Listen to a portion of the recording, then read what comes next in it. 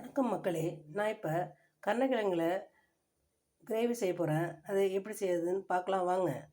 கருணக்கிழங்கை cut பண்ணி ஒரு cup அளவு வச்சுருக்கேன்.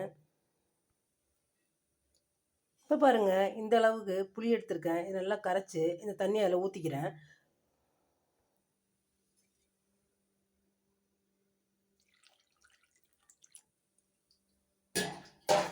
இப்போ பாருங்கள், ஒரு சட்டியில் 2 ஸ்பூன் எண்ணெய் ஊற்றிருக்கேன்.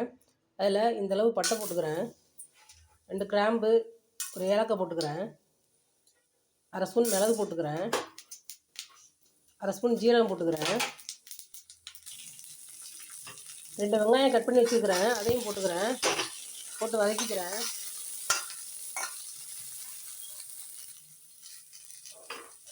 ரெண்டு தக்காளி கட் பண்ணி வச்சுருக்கேன், அதையும் போட்டுக்கிறேன். நல்லா வதக்கிக்கிறேன். இதை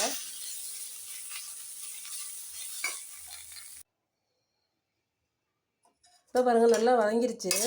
இது ஒரு மிக்ஸி ஜாரில் போட்டுக்கிறேன். இந்த கருணக்கிழங்கு புளி தண்ணியில் அரை மணி நேரம் நல்லா ஊறிடுச்சு.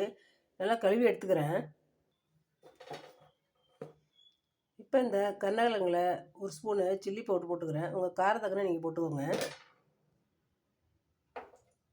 1/4 ஸ்பூன் மஞ்சள்தூள் போடுறேன். இதுக்கு தேவையான அளவு உப்பு போட்டுக்கிறேன். இது மாதிரி நல்லா கலந்து வச்சுருக்கேன் எல்லாத்தையும்.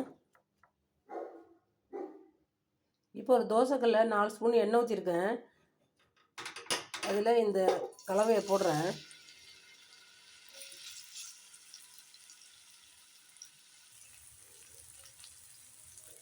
இது நல்லா மீடியம் ஃப்ரை ஆகிற வரைக்கும் நல்லா வறுத்துக்கிறேன்.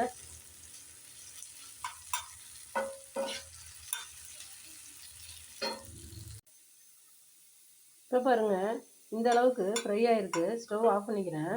இப்போ ஒரு சட்டியில் 2 ஸ்பூன் எண்ணெய் ஊற்றிருக்கேன். 2 பிரியாணி இலை போட்டுக்கிறேன். இந்த அரைச்ச மசாலாவை போட்டுக்கிறேன். இதில்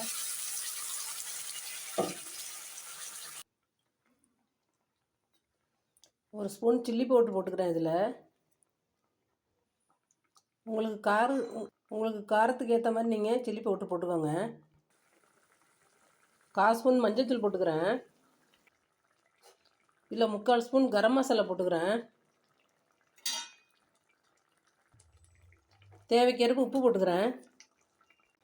இப்போ பாருங்கள், மசாலாலாம் கொதிச்சு நல்லா கிரேவி பார்த்து வந்துருச்சு. இந்த வறுத்து வச்ச கருணக்கிழங்கு போடுறேன். இதில்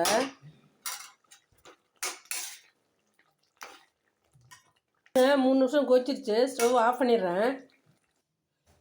கருணக்கிழங்கு கிரேவி இது மாதிரி செஞ்சு பாருங்கள். நல்லா சூப்பராகவும் டேஸ்ட்டாகவும் இருக்கும். என்னோடய சேனல் பிடிச்சிருந்தா லைக் பண்ணுங்கள், சப்ஸ்கிரைப் பண்ணுங்கள், ஷேர் பண்ணுங்கள், கமெண்ட்ஸ் பாக்ஸில் மெசேஜ் பண்ணுங்கள். தேங்க்யூ.